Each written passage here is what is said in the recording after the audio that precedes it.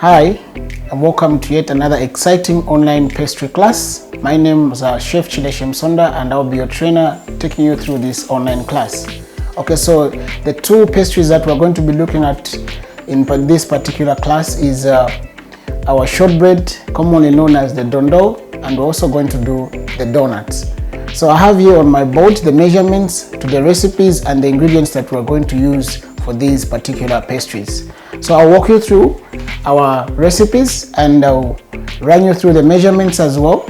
After then, we'll go to our work surface table and we can see what we have in store and what is expected of you during this particular class. Okay, so what I have here on my startup is the shortbread Dondo pastry itself. Okay, so for that we are going to need flour. We are going to need 3 cups of flour for this particular recipe. This is a standard recipe for this. So 3 cups of flour. We are going to need baking powder as well. So for the baking powder, we are going to need 4 teaspoons of baking powder. So whenever you see TSP, that entails teaspoon. When you see TBS, that entails a tablespoon. Okay, so our next item on the ingredients there is sugar. We're going to need half a cup of sugar for this particular Dondo recipe. And for the salt, we are going to need 2 teaspoons of salt, and that salt is salt to taste. If you like, you can put less of the salt depending on how your preference it can be. On the cooking oil, we are going to need half a cup of cooking oil, and bear in mind the cooking oil that we are going to use for this recipe is supposed to be heated up, so it's supposed to be hot cooking oil. Okay, our final item on the ingredients is water. We are going to need 1.5 cup of water, and mind you, when you're mixing the Dondo, it's supposed to be on the hard side, so you may be required to use less of water than what is already tabulated in the recipe. Okay, our second item is donuts. Okay, so our second item on the recipes is our donuts, and the ingredients for our donut is 500 grams of flour, which also entails 2 cups. So 500 grams entails 2 cups, meaning 1 cup is measuring up to 250 grams of flour. I'll run you through what type of cup we're using for measuring, which has already been standardized to 250 grams, which is giving us 500 grams for 2 cups. Our next item on the list is 1 cup of water, which is room temperature, which measures up to 200 millimils. Our other third item on the list is 2 teaspoons of cooking oil, and the other item is 2 tablespoons of sugar. We're also going to need 1 tablespoon of yeast. The yeast that we're using is instant yeast. Okay, so these are the ingredients that we're going to be using for our 2 pastries that we're working with today, and that is all we need to know about what we are using for our 2 pastries for this online pastry class. Okay, so I'll run you through now the ingredients that we have on the table so that you can see what and which we are using for this particular class and which pastry we are using which ingredients for. Okay, so this is our work surface area, and we have here our ingredients have been set. Okay, so it's very important that you always have all ingredients set before you can start the measurements. Okay, so right here I have, this is our all-purpose flour. We're using household all-purpose flour. We have here our sugar. This is ordinary sugar, not caster sugar. We have here salt. Okay, we have our baking powder set. Okay, we have here our cooking oil already measured according to the recipe. Okay, so the measuring cup that we're using for this is our standard measuring cup that I talked about, which measures up to 250 grams and that 200 ml of water. Okay, so we can begin. We are going to begin by mixing all our dry ingredients before we can mix up our wet ingredients. All right. I also have here our sieve and our mixing dish, which we are going to use for measuring the flour and all the dry ingredients together.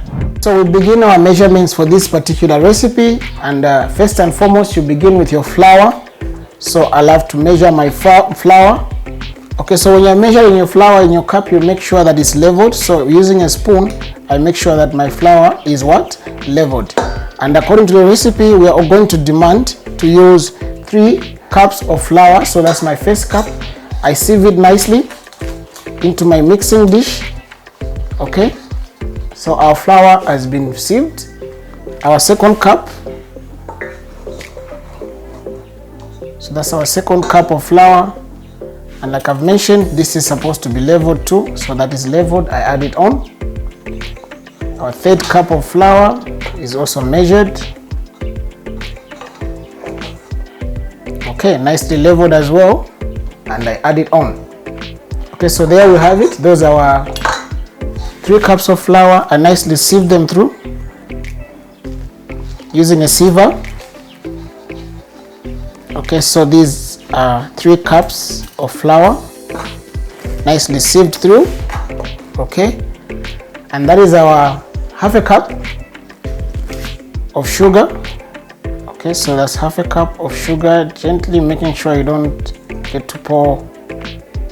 Okay, so that's our half a cup of sugar added. Our next item is salt, and we're using 2 teaspoons of salt.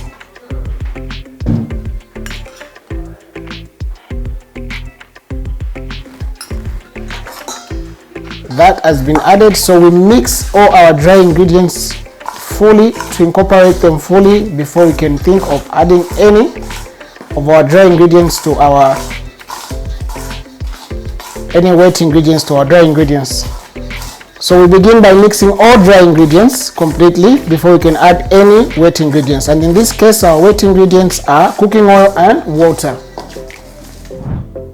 Okay, so for our next stage now, we turn on our gas stove, okay, our pot on, and we add our half cup of cooking oil to the pot, generously making sure we have everything in there.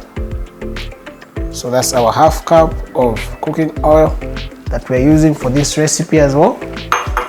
We make sure that is added. Remember, this oil is supposed to be hot enough, like really hot, before you can add it to our dry ingredients.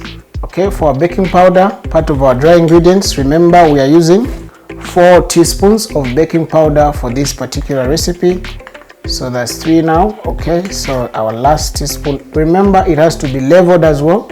So leveled, we add the final ingredient, that is the dry ingredient, and we make sure everything is fully incorporated. Baking powder, sugar, flour, salt, as part of our dry ingredients. So we create a well in between the flour where we're going to pour our hot boiling cooking oil.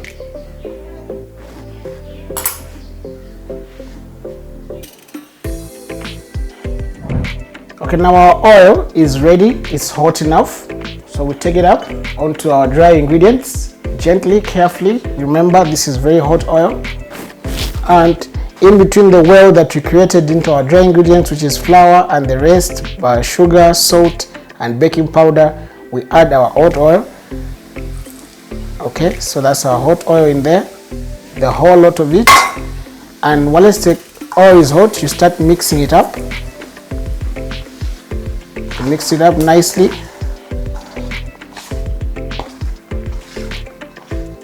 Okay, we mix it up nicely until it fully mixes in. But remember, you are going to notice lumps in your flour after this process is done. So with a spoon you can mix for a bit of time, but you'll be required that when the oil is cooling down, you start to use your hands so that you can break down all the lumps, and then again make it a very smooth mixture of ingredients. So at this point I begin to break down the lumps that have been created by the oil. Okay, I begin to break down the lumps. So using my bare hands, I begin to rub the flour to break down those lumps. So this is a very important process to this recipe. You're supposed to make sure all the lumps have been broken down into a smooth mixture. All the lumps have to be made smooth. Okay, you would notice at this time there will be a bit of heat because the oil that we've just added was very hot. Okay, so this is the main process of the mixing process, where you get to mix and smoothen the flour all together.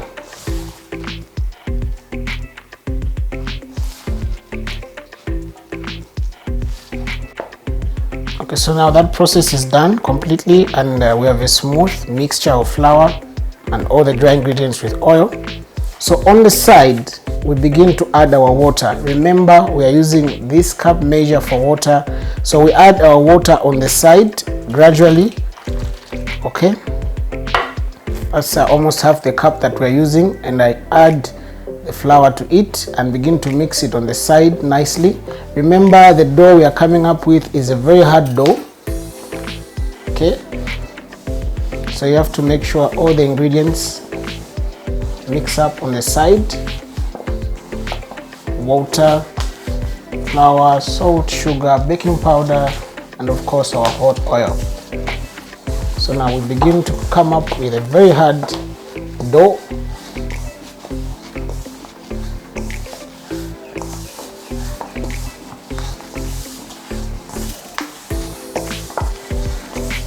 Like I said, the water is a very critical part of this particular dough because it is the one that shows you the consistency of the dough. The dough is supposed to be hard. And remember, at this point, the sugar does not fully dissolve in this dough. It's still whole. So there's whole grains of sugar, I can feel them.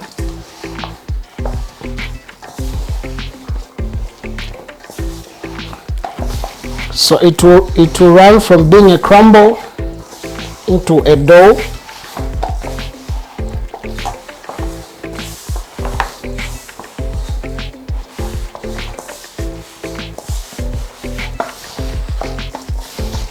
Okay, so this is where you need to pay much attention to the wake, because this requires most of your energy to bring together.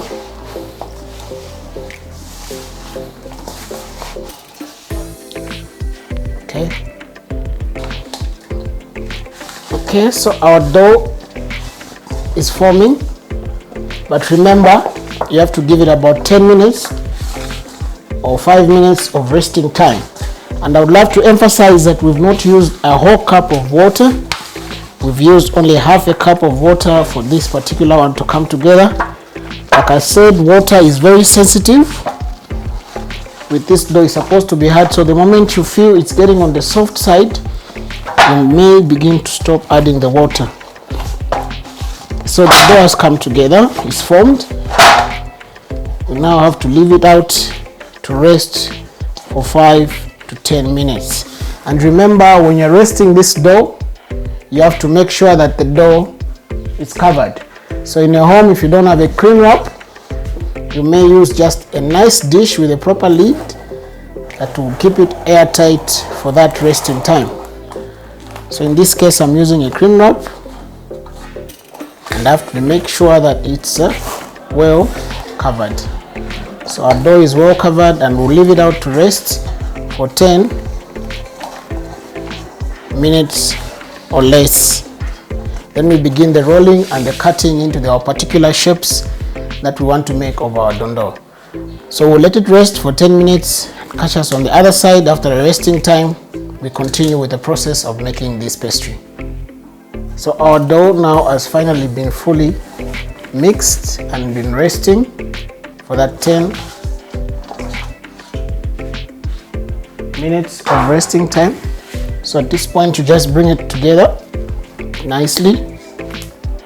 You bring it together nicely, and you notice if the dough has been nicely made, there will be no oil remaining on the surface area that you are using. Okay, so I bring it together, forming, and I roll it out using a rolling pin. So you roll it out using a rolling pin up to the size that you want to make. Do not mind the cracks on the edges. The dough can be brought together again and still be cut out. So this is the size that I've rolled out. I cut out my edges. You'll notice I have a very nice shaped dough out there nicely. So I cut out all the cracking edges, adding the rest of it together. Cut out all the cracking edges Okay, so there you have it. This is our center cutting. I begin to cut out my pieces nicely, so it's supposed to come out as nice as that, nicely shaped. Okay, onto my oven tray where I'll be keeping them before the frying process. And remember, we use the deep frying for these, so they have to be deep fried. Okay, well cut out onto my oven dish.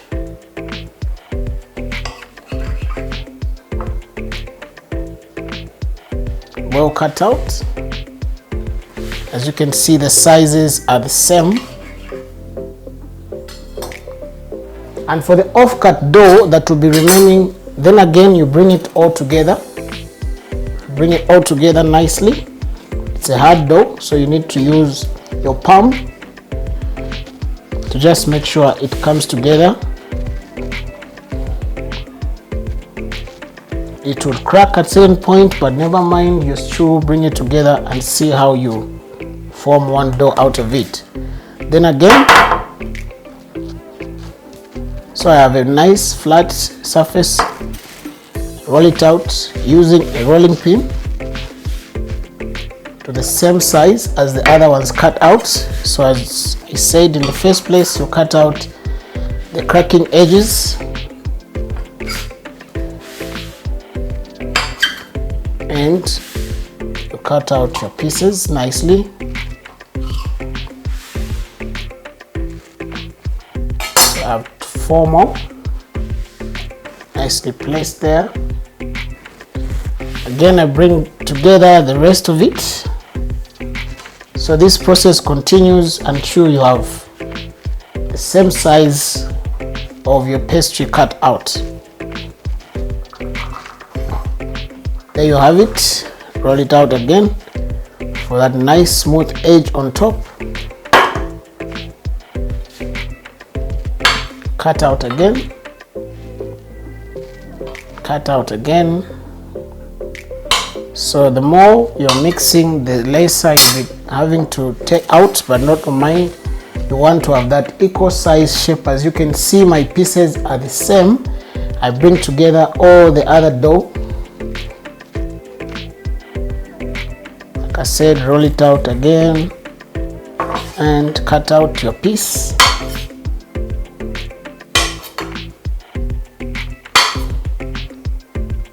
Okay, so we have it.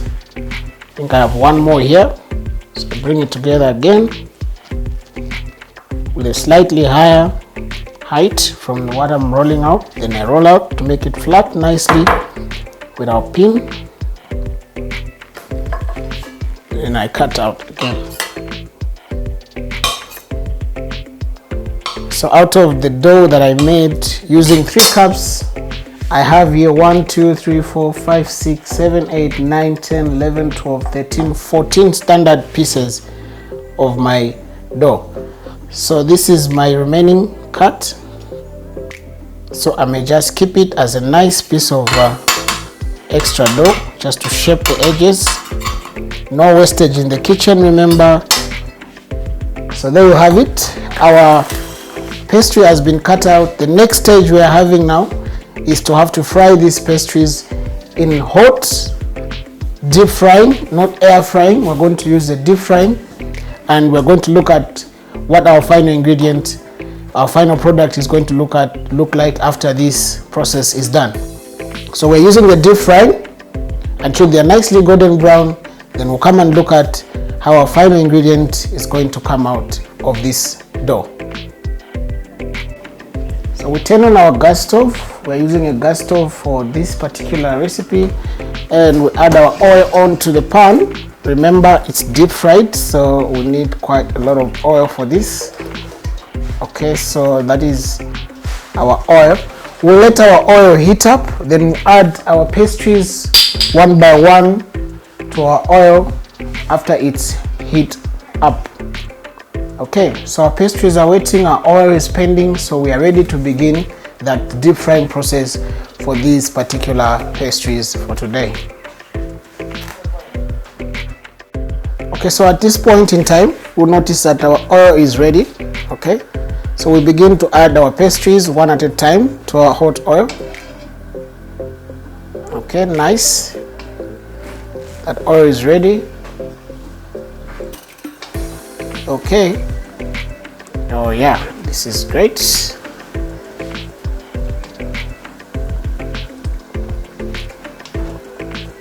So you will notice this is deep frying and not air frying. So the pastries are going right below the oil level, making sure that they are able to fry on all sides. Okay.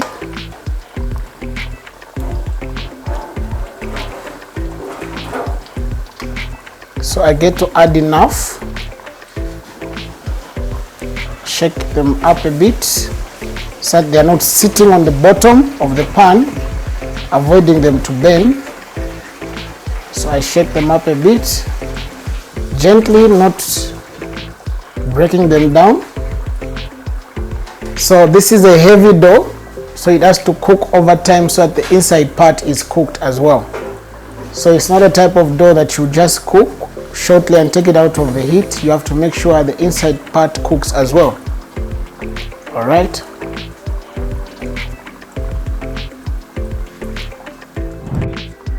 So they're nicely golden brown now, and I have to take them out of the heat one by one in the order of adding them. As you can see, I have to drain the oil first, nicely drained. Okay, all the oil has to drop and drip out nicely.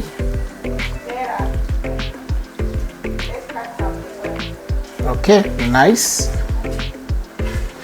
Onto our surface. As you can see, they have a nice golden brown color.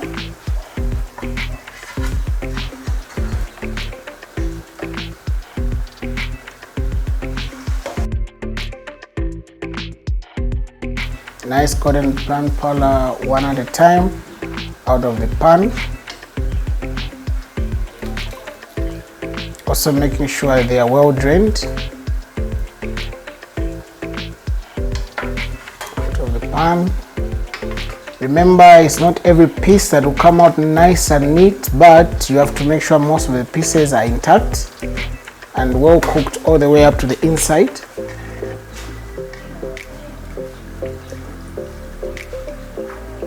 Nicely drained. Okay. And there you have it. Our Dondo pieces are ready and set for final presentation. Nice. Okay, and there you have it. Our final product is done. Nicely golden brown. Okay. The outside is nice and golden brown as we expected it to be. The inside as well, nicely cooked. Well done. Okay. I'm going to grab a taste of this. Okay. Amazing. This is very amazing. So there you have it, your process and the method of how to come up with your nice homemade pastry of Dondo. And this is really a nice pastry. Wow.